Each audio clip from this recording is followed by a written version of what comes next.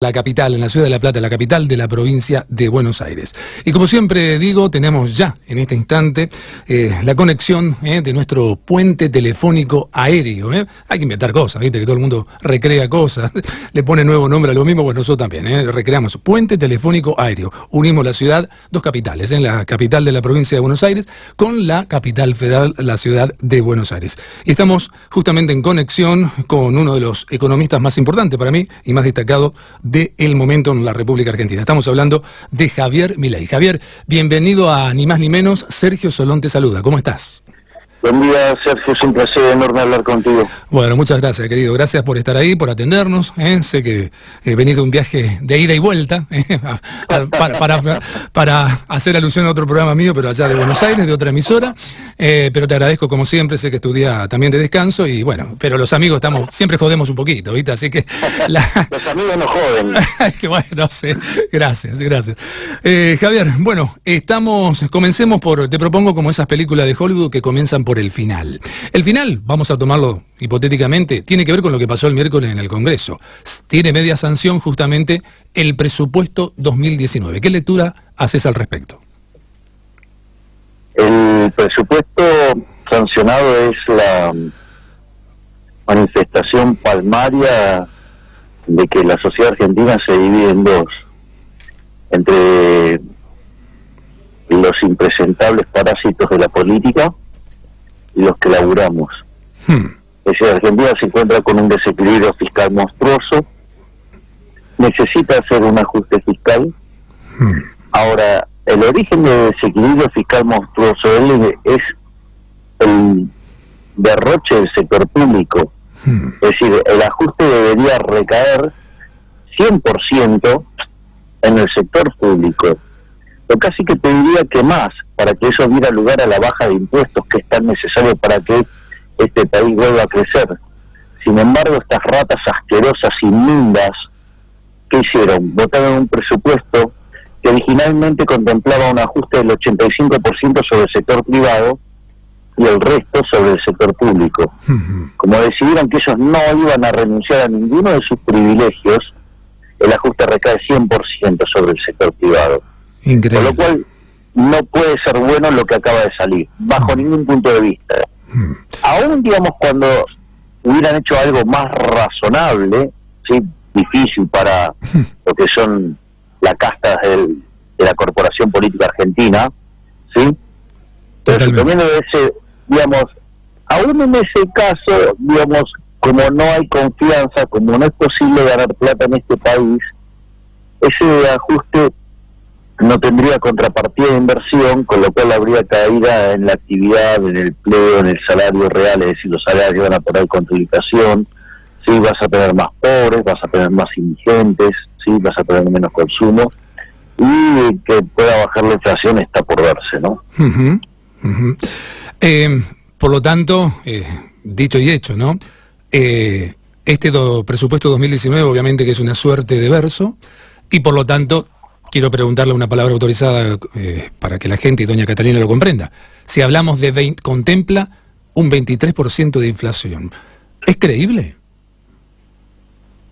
Mira, yo ahí no es que voy a justificar, lo que digo es, a mí la sensación que me queda es que el presupuesto es un ejercicio que vos tenés que hacer, en las empresas también se hace. No es que, digamos, sea... vos, digamos, tenés que acertarle a las premisas, sino que en realidad es una guía, es una hoja de ruta. Entonces, digamos, la verdad que es muy difícil. Yo creo que las proyecciones son una quimera, ¿sí? Ahora, pero la lógica del presupuesto es, bueno, o sea, por lo menos ahí lo que está haciéndose en el fondo es definirse cuáles son los gastos.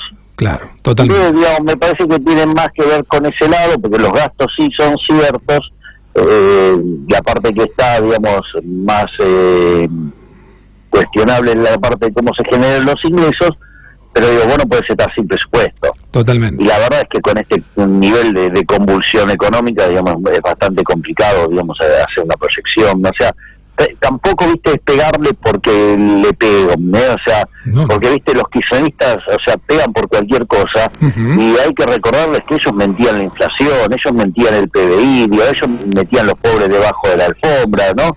Digamos, o sea, es como que Menezes agarre este gobierno y mañana agarre y dice, no, bueno, mañana los pobres son 5. Claro. ¿Por qué? Porque lo digo yo.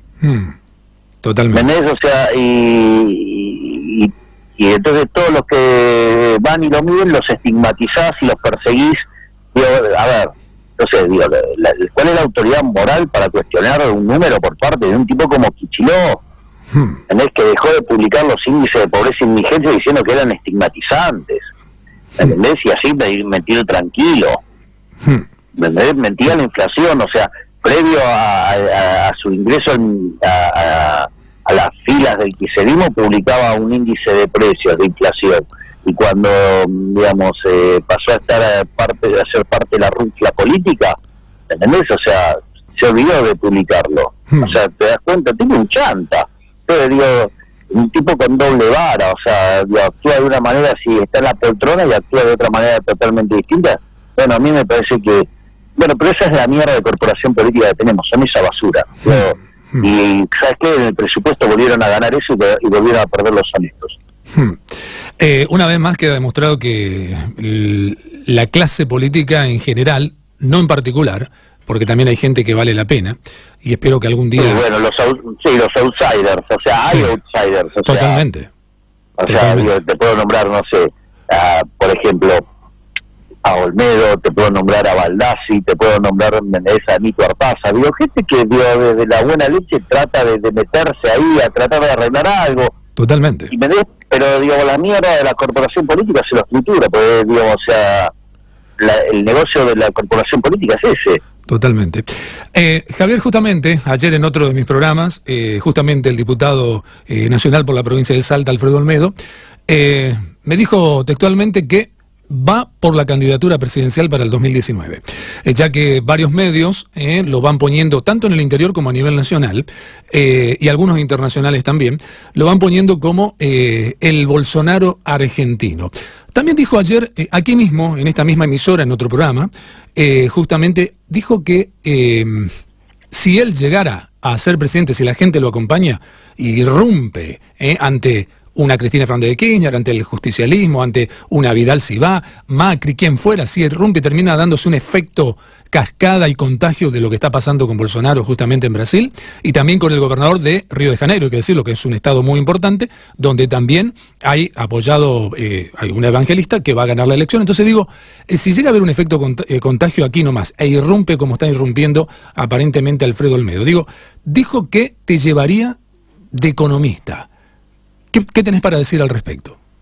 Bueno, yo tengo una muy buena opinión acerca de Alfredo Olmedo, básicamente porque es un tipo de laburo, ¿me comprendés? Es un tipo que la que la hizo laburando, digamos, o sea, su padre un laburador, digamos, a pesar de la edad que tiene, una persona que sigue laburando, él un laburador, el hijo un laburador, o sea, ¿entendés? O sea, y digamos, y el tipo avanza pese a, digamos, a la estigmatización que hace la política. O sea, yo, digamos, es alguien con quien yo me llevo muy bien, pero claro, es un outsider de la política. Totalmente.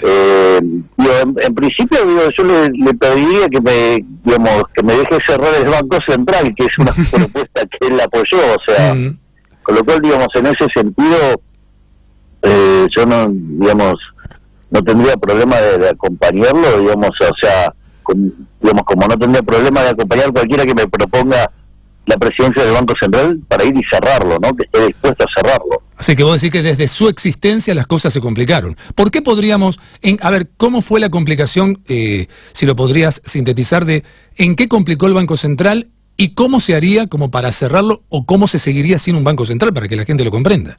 Mira, el tema es, fíjate esto, antes de que, a ver, Argentina uno podría decir que nació en 1853, 1860, sí, con la Constitución Nacional. El Banco Central es de 1935. Es decir, quiere decir que vivimos unos cuantos años sin tener Banco Central. Claro. Y casualmente en ese periodo de ser un país de bárbaros nos convertimos en un país rico. O sea, de hecho Argentina en 1895 era el país con el PIB per cápita más alto del mundo.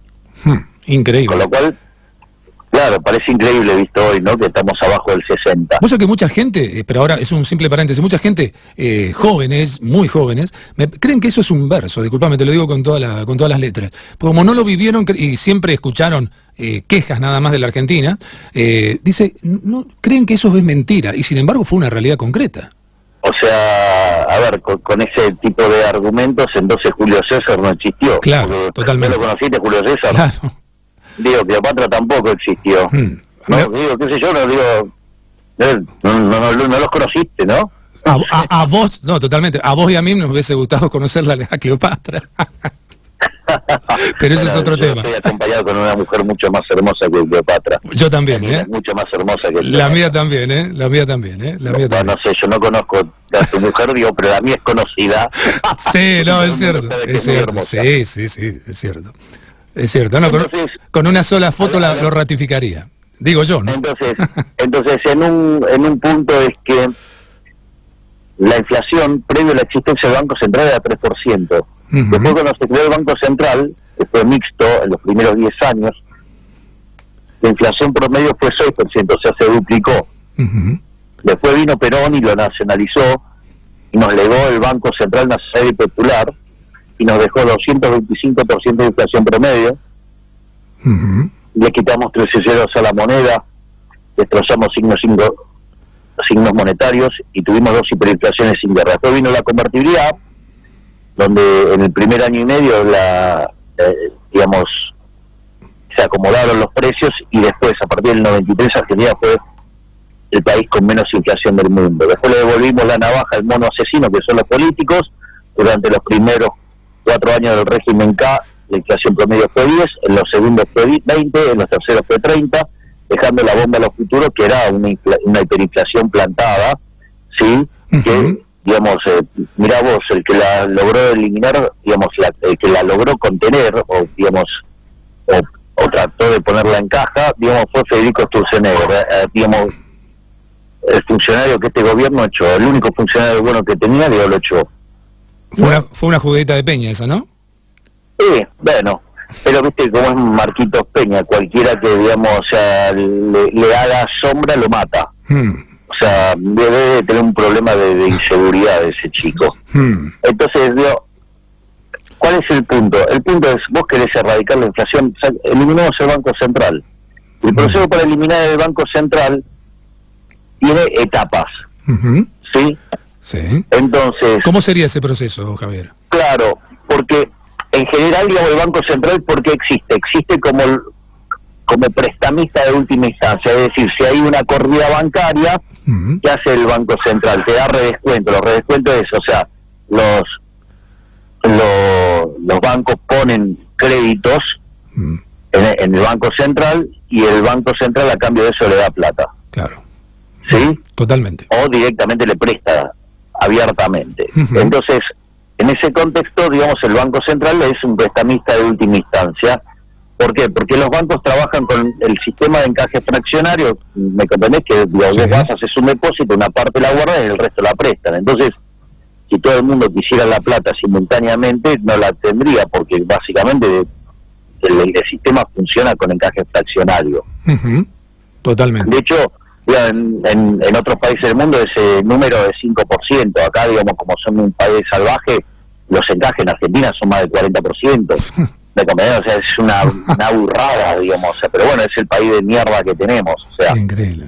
Entonces, y esto no es culpa de los bancos, o sea, esto es culpa, digamos, del desastre que ha sido sistemáticamente la política monetaria en Argentina. Entonces, lo primero que vos tenés que hacer es crear un sistema que sea anticorrida. Eso se llama banca Simon.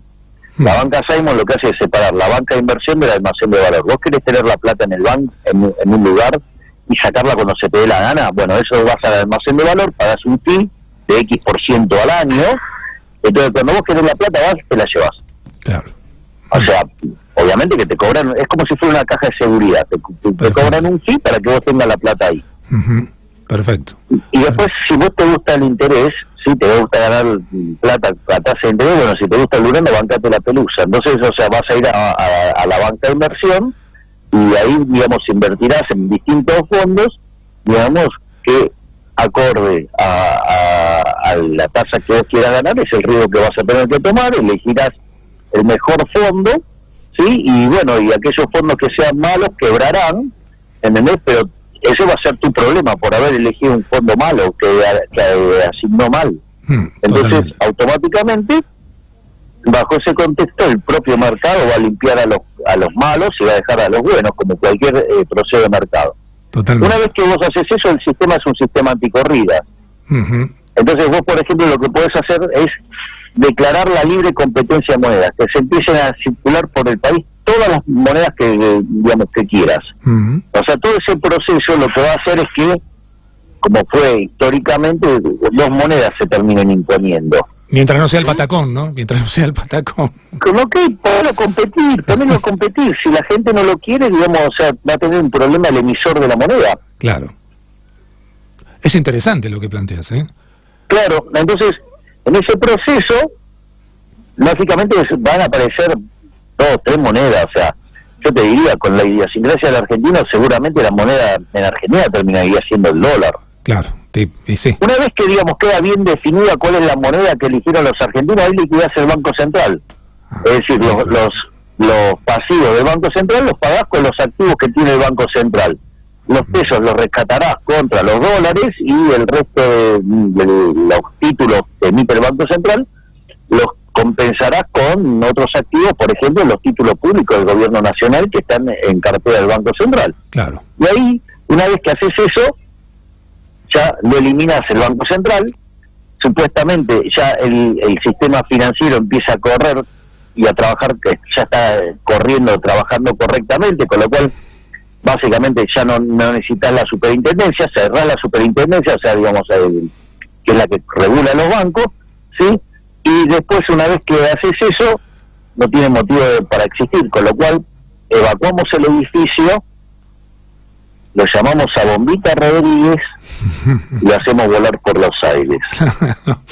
Ahora digo, ¿por qué pensás que nunca ningún gobernante se animó a hacer algo parecido a esto que acabas a esta idea tuya? Porque los bancos centrales es una forma de cobrar impuestos sin legislarlos. O sea, te cobran impuesto inflacionario, con lo cual es un robo directo en favor de los políticos y en detrimento de la sociedad. Y esto no ha sido, digamos, gratis a la sociedad. ¿Por qué no le fue gratis? Porque en rigor, cada vez que la inflación pasa el 20% se pierde 1.58 de crecimiento. Si vos corregís eso en la historia argentina tendría que tener un PBI per cápita similar al de Estados Unidos. Increíble. Entonces, digo, ¿por qué uno, digamos, hace y además, o sea, la inflación golpea 25 veces más fuerte a los más pobres, o sea, ¿no? Entonces la pregunta es, ¿y por qué, digamos, nosotros seguimos teniendo un banco central de estas características? Porque tenemos políticos de mierda, ¿sí? Es decir, el peso no puede valer, porque es la moneda que emite el político argentino, consecuentemente no puede valer más que excremento. De hecho, los políticos argentinos no sirven ni siquiera para abono, con lo cual por eso el peso no vale, porque es la moneda del político argentino. Qué increíble, ¿no? Esto tiene que ver con esos temas que de eso no se habla, como aquella película famosa, ¿no? No, claro, ¿cómo se va a hablar justo de los privilegios? Claro. De la casta política, donde es el robo más claro por parte de los políticos, que son los únicos que progresaron, ¿sí? En contra, digamos, de el ciudadano de a pie que se gana la vida laburando. Totalmente. Honestamente. Totalmente. Por eso digo, de esto no se habla, son esos temas candentes que si viene un político, como le ha pasado por otros temas a Olmedo, por ejemplo, o por este mismo tema, digo, viene a proponer eso, lo sacan volando, porque diciendo, si hacemos esto, se nos vienen todo encima y después vamos a tener que hacer lo otro, entonces lo dejan todo ahí. Claro, pero a ver, vamos a ponerlo en estos términos. Pero ¿cómo construyó su vida Olmedo? No, totalmente laburando. Su abuelo, padre, él... Totalmente. Bueno, o sea, el tipo es un empresario. Totalmente. Que construyó su vida desde el trabajo. O sea, un empresario no puede ser exitoso si no sirve al prójimo, conviene de mejor calidad o mejor precio. Totalmente. Digo, ¿cómo querés, digamos, o sea, los políticos lo deben odiar, Claro. lo deben odiar, o sea, imagínate cuando saca la pala y les dicen que prueben laburando. Lo odia y lo envidian también, también lo envidian. Quisieran ser como él, pero sin esfuerzo, ¿no? No, claro, obvio, sí, digamos, bueno, pero para eso, digamos, usan el aparato represivo del Estado con el verso de la justicia social y te afanan impuestos. Totalmente. ¿Cómo están No tengas duda que la justicia social se sustenta sobre la envidia, el odio y el resentimiento. Totalmente. Y la admiración muchas veces también conlleva envidia, ¿eh? La admiración. Uno se ponía a preguntar, justamente ayer, si hablamos también del diputado Olmedo, ayer Olmedo me decía, también en el reportaje, que, o yo mejor dicho, le decía, recordemos una de las cosas que Olmedo comentaba hace meses y todos también lo veían, no, este payaso, este loco, ¿viste cómo funciona? Porque encima con violencia funciona justamente la parte extrema de la grieta, ¿no? Pero viste, cuando te dicen eso y si la otra persona llega a reaccionar, claro, tratan de violento al que reaccionó, siempre no lo al mismo, que agredió originalmente. Siempre lo mismo. Eso es un clásico de los políticos, o sea, te tiran, o sea, te tiran ellos y sus ejércitos, ¿no? Totalmente. La gente paga, o sea, vos usan tus impuestos para poner gente que te agreda. Increíble. Es buenísima, ¿no? Es como los troles del gobierno, ¿no? Claro, el gobierno, digamos, o sea, el peña trolero. El peña trolero, claro. El peña trolero, claro, o sea, digamos, vos pagás impuestos y Peña lo usa para agredirte. Increíble. Y lo criticás. Fíjate cómo, si hacemos un juego de palabras, ¿no? Lo hace anónimamente. Obvio, claro. ¿Me explico? Bueno, muy bien. Por aquello de la anónima, sobre todo en la Patagonia Argentina, ¿no? Claro, digo para el que no lo entendió, sé que Javier, que vos lo entendiste, pero digo por si alguien... Tengo claro que digo. Claro, para que... Vayan y infórmense sobre la Patagonia rebelde. Claro, es cierto. ¿Seguimos hablando? Ahí hay una, en la historia familiar Brown Peña, ahí hay una. Claro, exacto. Ahí hay una, dejémosla ahí para otro reportaje. Pero siguiendo con el hilo conductor de te decía, Olmedo, ayer yo le decía, valga la redundancia, me acuerdo, Olmedo, que usted, cuando dijo, el dólar estaba a 18 y pico, 19 si se quiere, usted dijo que el dólar tendría que estar a 30, lo mataban de todos lados. Resulta que después el dólar no solo que llegó a 30, sino que llegó a 42 y pico y estamos ahí en 38 por el momento. ¿Sabes qué me dijo ayer en ese reportaje? Sergio, ¿querés que otra vez hagamos el mismo ejercicio? Dale, hagámoslo, le digo. El dólar va a llegar a 60, va a estar entre 60 y 70, me dijo. Entonces, me quedé ahí, ¿no? Entonces te quería preguntar justamente, ¿qué opinás de este comentario de Olmedo de ayer? No, yo no hago pronósticos sobre el valor del tipo de cambio. Bien, perfecto. De hecho, cuando, digamos, a Alfredo hizo eso, yo le hice mi crítica, vamos. Yo tengo una opinión, pero bueno, nada. Pero él puede tener su opinión. Totalmente. O sea,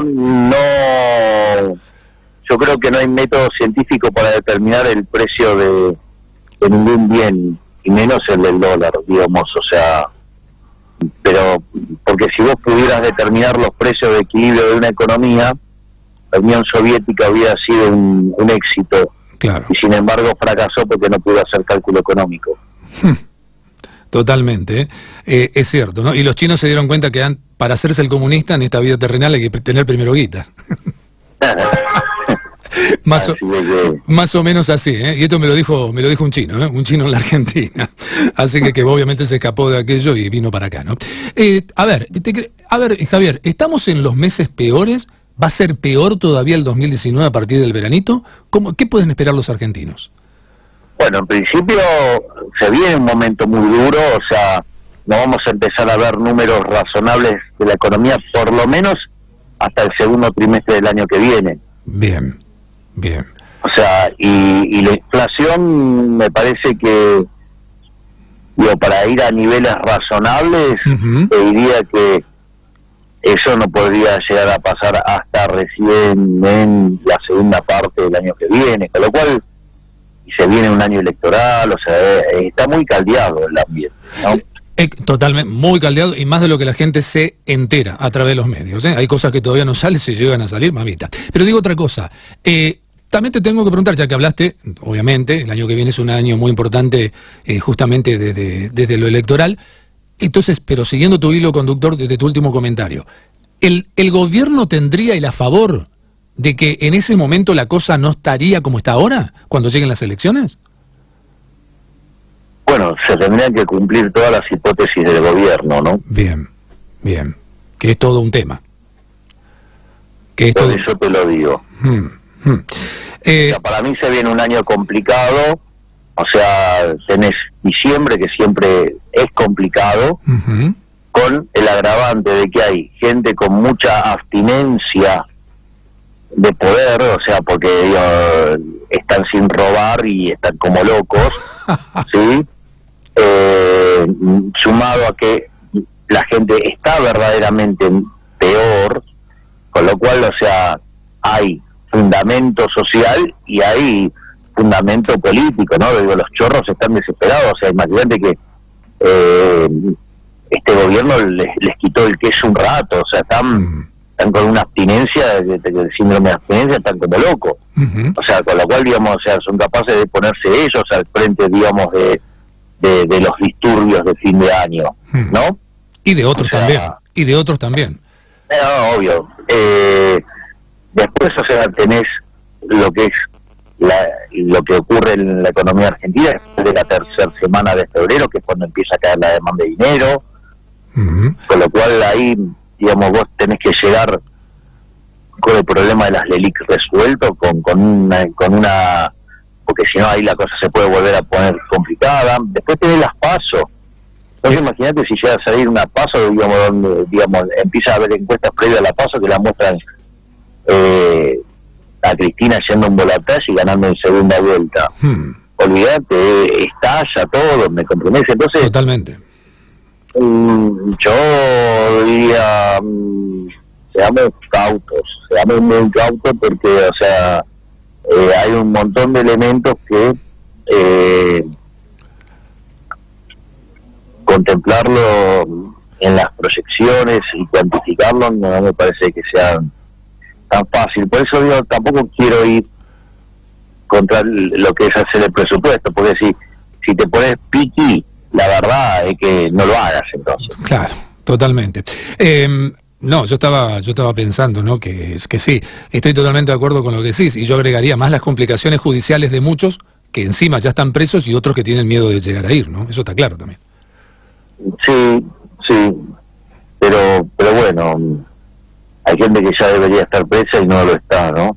También. De un lado y de otro, ¿eh? De la grieta, digo. No tengo ni...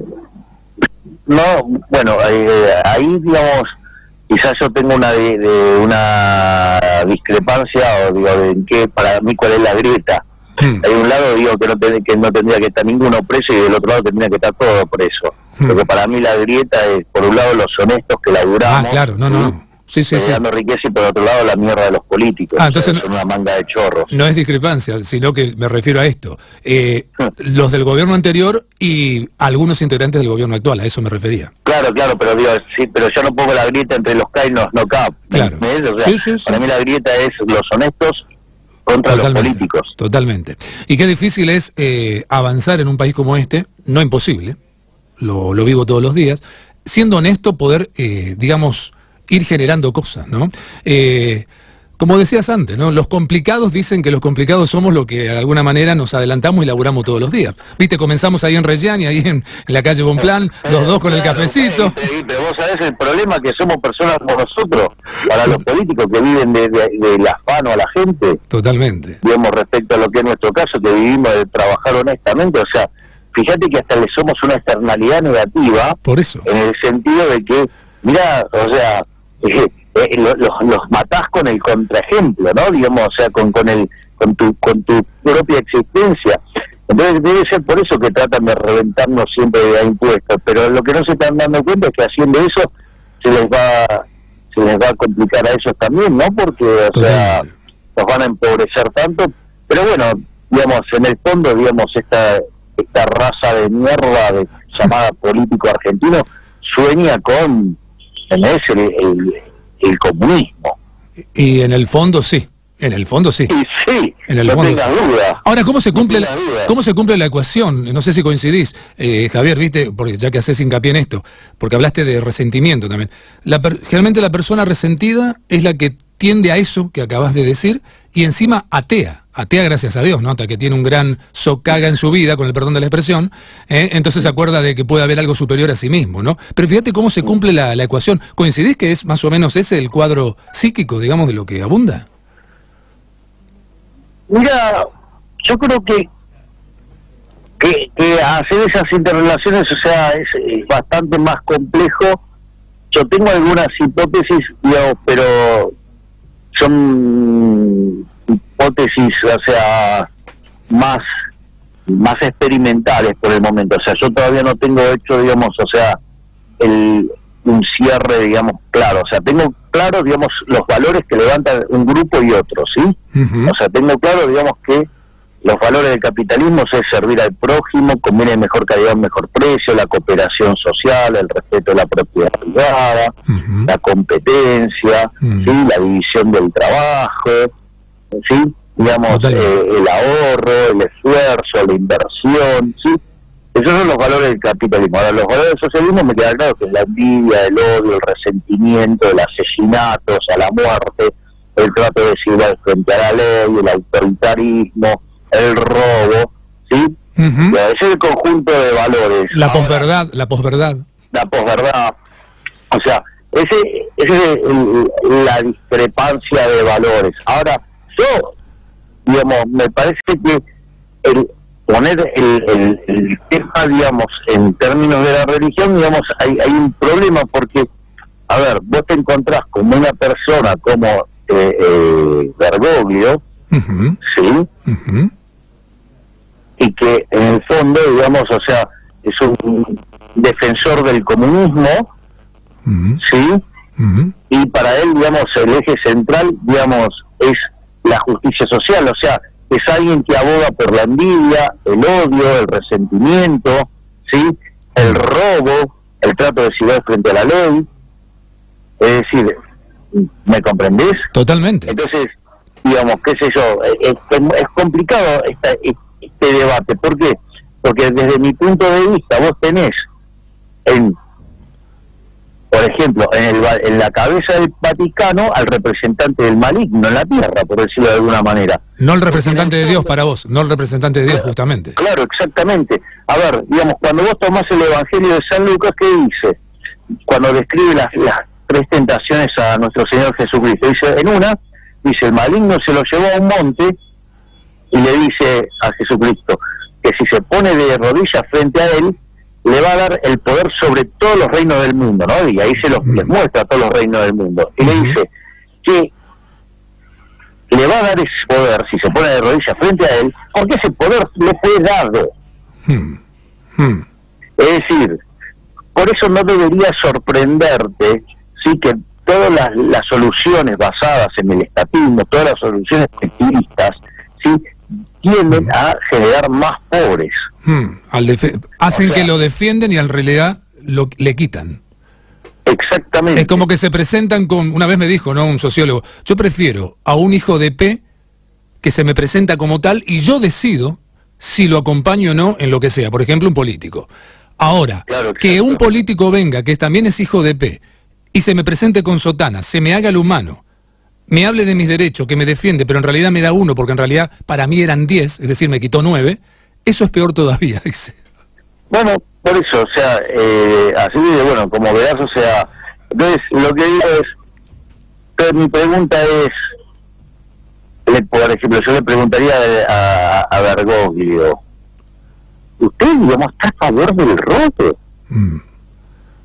¿Me convenés? Sí, totalmente. ¿Usted está a favor en tratar desigualmente frente a la ley?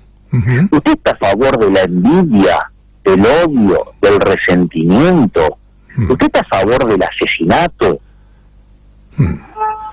Ni que preguntarte, sí, totalmente, ni que preguntarte entonces qué lectura haces del apoyo de la Iglesia al clan Moyano con el tema de aquel sábado en Luján. Bueno, digamos, por eso, digo, yo, entonces, o sea, yo soy un hombre de fe, pero no creo en la institución. Claro. O sea, porque la institución fue prostituida, digamos, cuando salió con el Estado. Vos sabés que en otro de mis espacios, en este caso televisivo, allí en Buenos Aires, en una editorial, en las cartas sobre la mesa, yo dije que yo también soy creyente, soy católico apostólico romano, Javier, soy creyente, es más, soy pariente de un santo catalán. Y que justamente el Juan Pablo II santificó en el 93 en Madrid, en España, y para cual es un tema de linaje, si se quiere, familiar. Pero por eso lo digo con mucho dolor, y por eso lo comento, y hago la autorreferencia. Para mí Bergoglio, con ese apoyo que hizo justamente a esa multitudinaria marcha o movimiento en Luján, para mí quedó claro que corrió el velo, y quedó claro que, más que un representante de Dios sobre la tierra, como decíamos, es claramente, simplemente, un político religioso. Con lo cual, digamos, está claro, digamos, entonces mi punto. Yo coincido con eso. Bergoglio es el representante del maligno en el trono de la tierra de Dios. Claro, la casa de Dios. Justamente, las religiones que manejan la simbología. Bueno, ese apoyo, esa simbología de esa movilización justamente no deja bien parado al Vaticano. Y fíjate vos que el mismísimo Pablo Moyano salió a desmentir lo que la Iglesia en un comunicado dijo que justamente, valga la redundancia, que el Papa Francisco no tenía nada que ver con la organización de ese evento. Sin embargo, Pablo Moyano dijo que sin la veña del Papa Francisco esa movilización no se podría haber realizado. Saca tus propias conclusiones. Javier, el gustazo de siempre. Te dejo que descanses. Gracias por haber charlado y un rato largo aquí, ni más ni menos, en Radio Realpolitik de la Ciudad de La Plata. Y como siempre, hasta el próximo café. Abrazo gigante, Sergio. Chau. Un abrazo muy grande. Gracias. Chau. Bueno, ha sido ni más ni menos que el economista Javier